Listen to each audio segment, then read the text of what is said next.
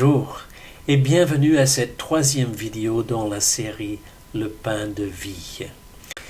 Aujourd'hui, j'aimerais qu'on regarde ensemble une instruction donnée par Dieu à travers Moïse au peuple d'Israël sur le point d'entrer dans la terre promise. Vous observerez et vous mettrez en pratique toutes les choses que je vous ordonne, vous n'y ajouterez rien, et vous n'en retrancherez rien. Je connais peu de choses aussi frustrantes que d'essayer d'assembler un meuble livré en kit si les instructions ne sont pas très claires. Parfois d'ailleurs, je taquine mon épouse qui a un sens pratique tout naturel. Souvent là où je m'obstine à regarder les morceaux et essayer de voir d'après le plan comment ça doit s'enclencher. Et mon épouse regarde et elle voit que tel morceau, logiquement, doit aller là ou là. Mais de temps en temps, c'est le contraire, et lorsqu'elle est lancée dans une recette, elle m'appelle au secours pour lire ce qui est écrit en tout petits caractères. Parfois même, je me venge un peu en lui disant « Si rien d'autre ne marche, ma chérie, essaye peut-être les instructions. » Mais avec Dieu, en tout cas, les instructions sont claires. Le problème est que souvent, nous sommes comme les enfants d'Israël au désert. Nous faisons un peu ce que nous avons envie de faire et non pas ce qui nous est demandé. Alors pour le moment, chacun faisait comme bon lui semblait.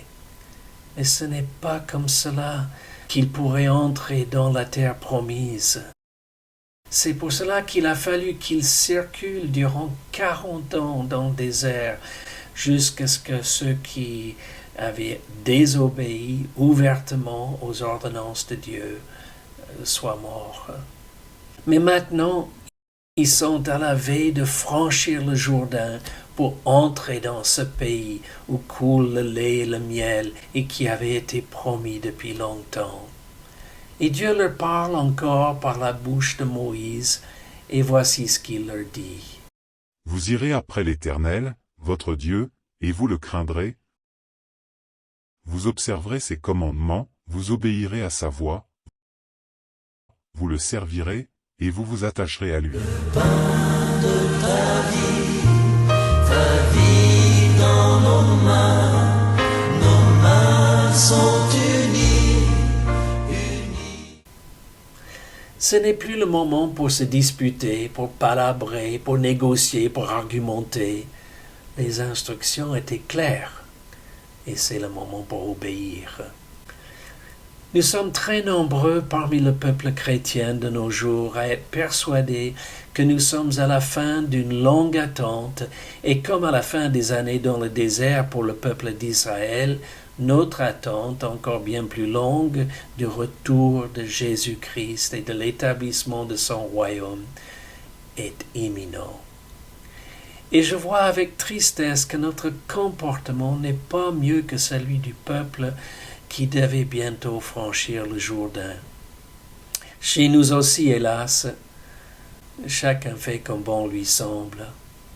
Les uns prônant dur comme fer des doctrines qui n'ont aucune racine dans la parole de Dieu. Les autres expliquant par tant de raisonnements humains leurs idées et se moquant des simplistes qui acceptent la Bible seule comme ayant autorité sur le comportement des hommes, se permettant même de taxer comme dépassées les règles bibliques de moralité et même de rire d'eux, voire pire encore de les exclure en les appelant dangereux. Un jeune ami m'a écrit récemment en disant ceci. « Donald, je pense que le monde va mal parce que l'Église va mal. L'autre jour, j'entendais un théologien dire que même les chrétiens ne croient plus à l'enfer.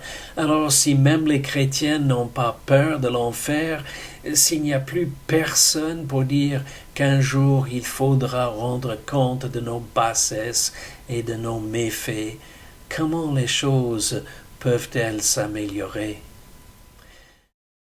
J'ajouterai une question à celle de mon jeune ami. Si nous ne croyons pas qu'il faut un jour se tenir devant le jugement de Dieu, alors à quoi sert la venue de Jésus sur terre?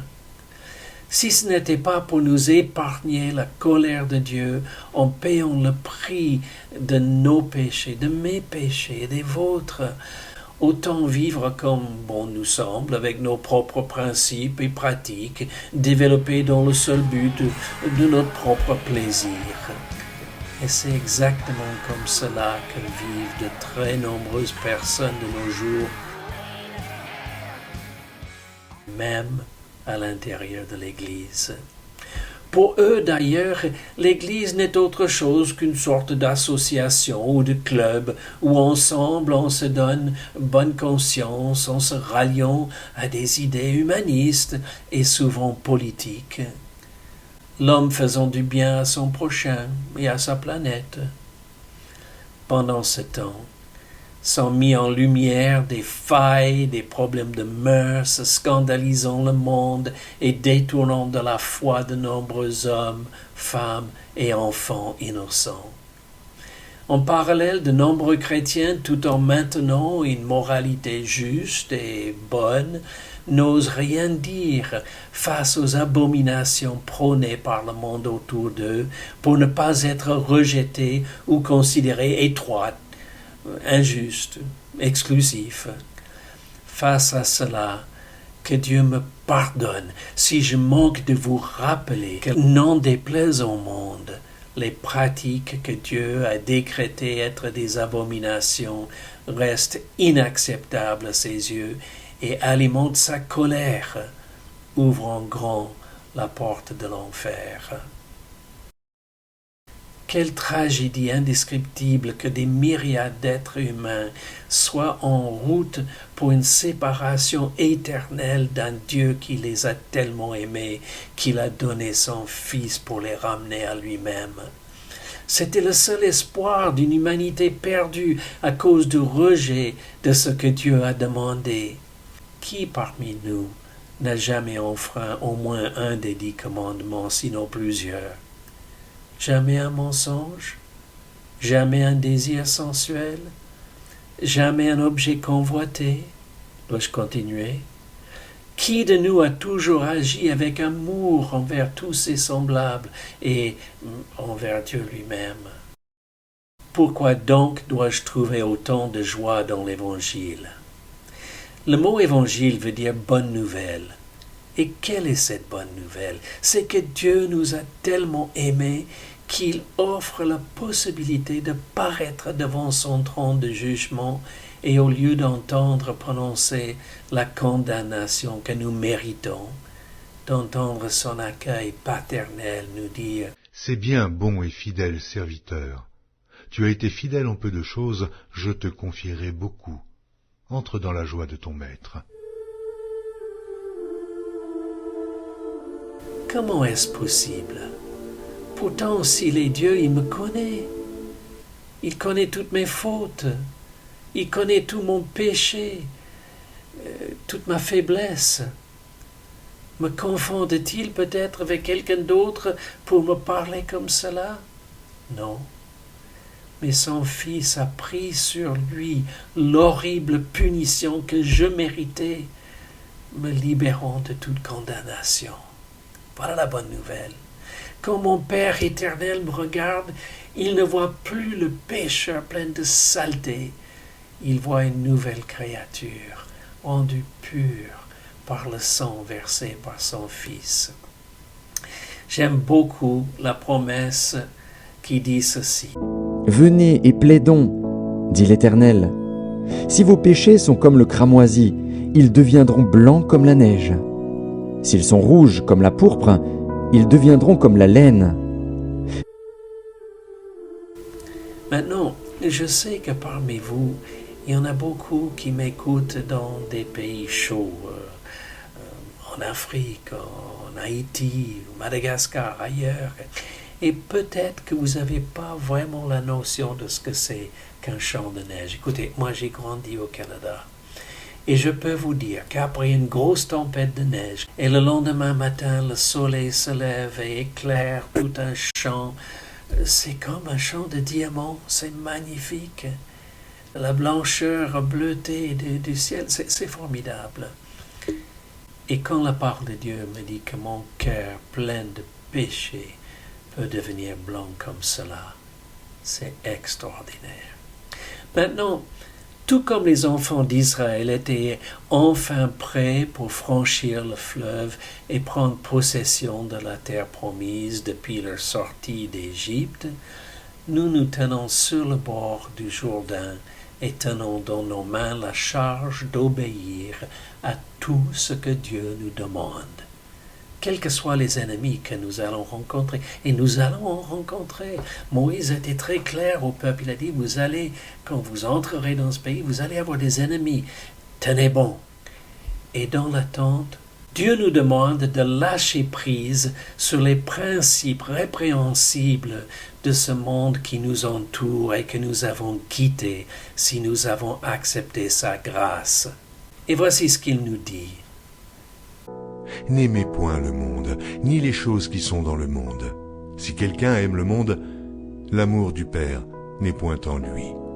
Car tout ce qui est dans le monde, la convoitise de la chair, la convoitise des yeux et l'orgueil de la vie, ne vient point du Père, mais vient du monde. Et le monde passe, et sa convoitise aussi. Mais celui qui fait la volonté de Dieu demeure éternellement.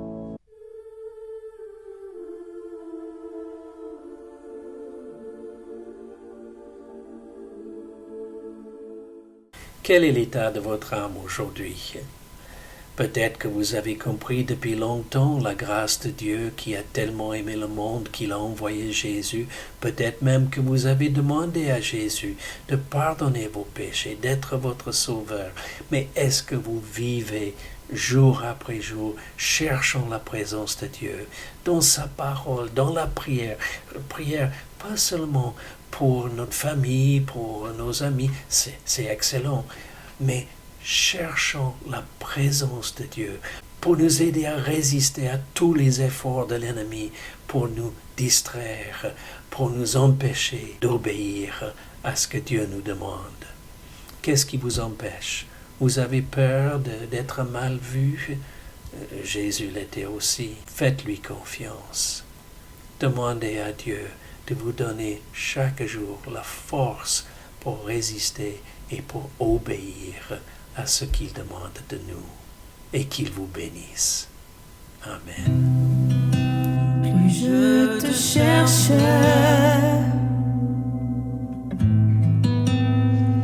plus je te découvre,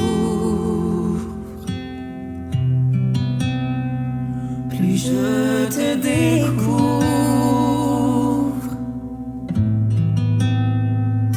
plus je t'aime,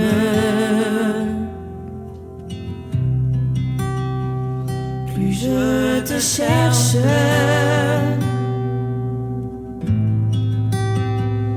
plus je te découvre, plus je te découvre,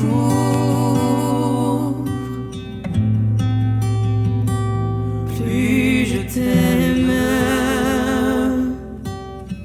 Je veux m'asseoir à tes pieds, de ta coupe je veux m'abreuver, m'appuyer tout contre toi, entendre ton cœur. Cet amour est si grand, c'est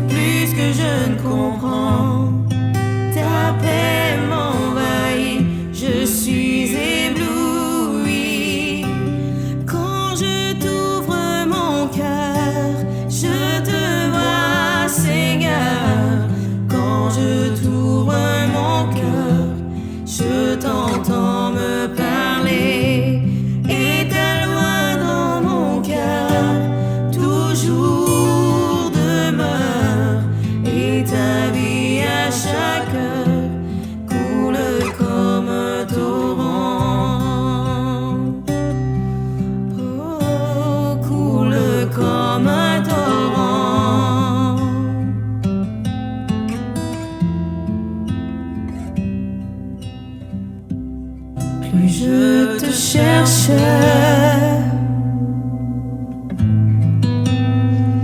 plus je te découvre, plus je te découvre, plus je t'aime,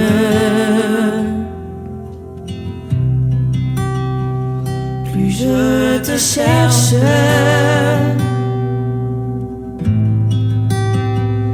plus je te découvre,